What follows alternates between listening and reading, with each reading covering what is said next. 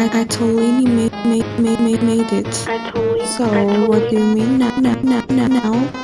بازارتون دیگه کساده، منم که خاکیم ندارم بفاده. تو که میدونی منم دارم اراده، بزنم زمین و زورم هم زیاده. میریم و میشینیم همه تو کافه، همه با ماشینن تو میای پیاده. درآمد دلار خرجم و ریاله، زنگ میزنم تو رو برامون بیاره. ما که بخیل نیستیم ایشالا تو زندگیت پول و برکت بیاد و بباره. میکنی فلو بازی توی کافه، میکنم فلو بازی توی موزیک. یادم روزی و کتا میدی دادم و میانو میزنم فیلیک، ولی خودمونیم اسم منو ندیدم چی پرید به میگه یزید. مگه چیکار کرده بودم که ماره تو هم ما رو گزید؟ دافه تو فاز و مریم مقدس فیلمشم در اومده انگاری خزدست میکنن دست از مغزش بس است دنبال قصص. شنیدم عاشق کوکیه فسس میذاره نودار و کلوزون از قصد. ما که تو فازش سیمونی که تو فازش همونی که میکنه چتمس. یکی هم حول دنبال برنامه به یارو تکس میده چطوری هنانه. اون یکی دکتر سوار موتور اسنپ میبره پایه دوره. اون یکی میاد و کافی ما میخوره، یکی هم میاد و کیکشو میبره. ما که نفهمیدیم اینا همش کلاسه یا که طرف ما خیلی کد بوده.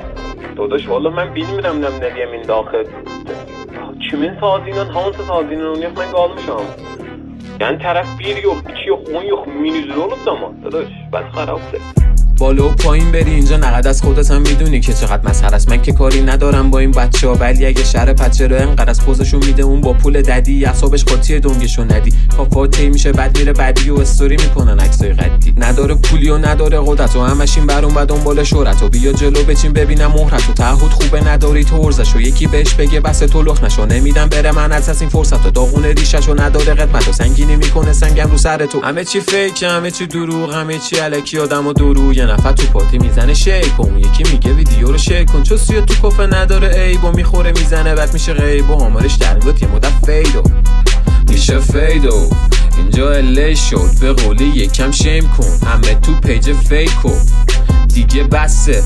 کاری نکنید رفتم از این شهر بیرون پرسیدن کجا بودی بگم خرابه خیلی نحسه.